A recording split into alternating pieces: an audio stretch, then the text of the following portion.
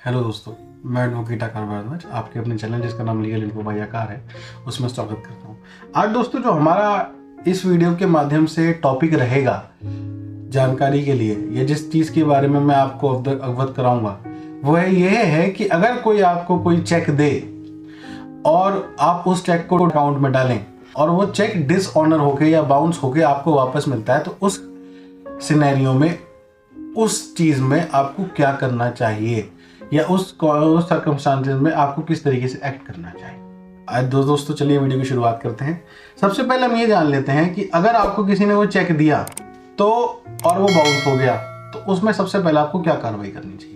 तो दोस्तों हमेशा एक चीज़ ध्यान रखिएगा, जैसे ही अगर आपको कोई चेक आपकी किसी लीगल लायबिलिटी लीगल पेमेंट किसी के पास है या आपको किसी से कोई पैसे उधार दिए थे और आपने उससे पैसे वापस मांगे और उन्होंने आपको एक चेक दे दिया, वो चेक जो है आपने अपने अकाउंट में ऑनर के लिए डाला और वो डिसऑनर हो गया due to any of the reason, और उस सिनेरियो में आपके पास जो रेमेडी अवेलेबल होती है that is available in section 138 of negotiable instruments act 1881।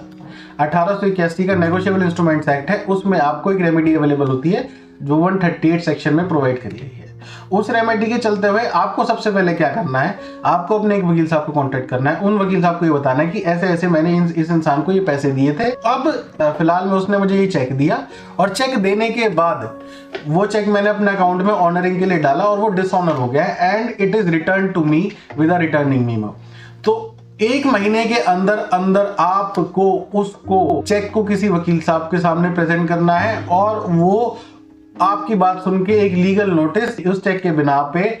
बना के दूसरे वकील को, जो आपकी दूसरी पार्टी है, उसको भेजेंगे, यानी जिसने आपको चेक दिया था उसको भेजा जाएगा। और भेजने के बाद उसमें लीगल नोटिस में स्पेसिफिकली ये कहा जाएगा कि 15 दिन के अंदर आपको ये जो अमाउंट है ये इनको वापस करना है। और फॉर एग्जाम्पल वो चेक का जो अमाउंट है वो 15 दिन के अंदर वापस नहीं करते हैं तो उस सिनेरियो में जो आपके पास नेक्स्ट रेमेडी अवेलेबल होती है कि वो ये कि आप 138 सेक्शन 138 एनआई एक्ट के अंदर क्रिमिनल कंप्लेंट फाइल कर सकते हैं वहां पे जहां पे आपका बैंक लोकेटेड है। जैसे अगर मेरा बैंक दिल्ली में लोकेटेड है, वहां के कंसर्न थाने के जो कंसर्न कोर्ट है, डिस्ट्रिक्ट कोर्ट है, वहां में जाके एक केस फाइल कर सकता हूं under section 138 of negotiable instruments act.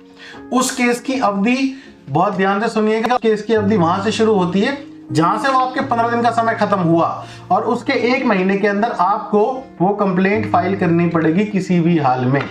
यानी अगर चेक दिसंबर में डिसऑनर होता है, ठीक है जी, तो अगर 10 दिसंबर को चेक डिसऑनर हुआ तो 10 दिसंबर से लेके 10 जनवरी तक आपको किसी भी हाल में उस चेक के लिए, उस चेक के एवज में एक लीगल नोटिस अपने वकील साहब के द्वारा दूसरी पार्टी को भिजवाना पड़ेगा कि मेरे पैसे वापस कर दे। अगर उस सिनेरियो में वो पैसे वापस नहीं करता तो, और उस लीगल नोटिस में जो 15 दिन का समय दिया था आपको, उस 15 दिन का समय जिस दिन खत्म होता है इस लीगल नोटिस की डेट से, उससे 1 महीने का समय आपके पास बचता है क्रिमिनल कंप्लेंट फाइल करने का कंसर्न मेट्रोपॉलिटन मजिस्ट्रेट के यहाँ कंसर्न क्रिमिनल कोर्ट में, जहां पे आप ये 138 की कंप्लेंट फाइल कर सकते हैं। और फाइल करने के बाद कोर्ट उसको समन करेगी और समन करने के बाद केस चलाएगी। इसमें यह ध्यान रखिएगा हमेशा कि एक समय अवधि इसमें बहुत ज्यादा कीमती है, बहुत ज्यादा जरूरी है। अगर समय अवधि के बाद आप ये काम करते हैं तो वो केस मान्य नहीं होगा या फिर आपको कोई स्पेशल रीजन देना पड़ेगा कि आप समय अवधि के अंदर ये काम कर क्यों नहीं पाए। हमेशा इस बात का ध्यान रखें कि समय अवधि सबसे ज्यादा जरूरी है। अगर आपने वो टाइम पीरियड, वो लिमिटेशन पीरियड फॉलो करा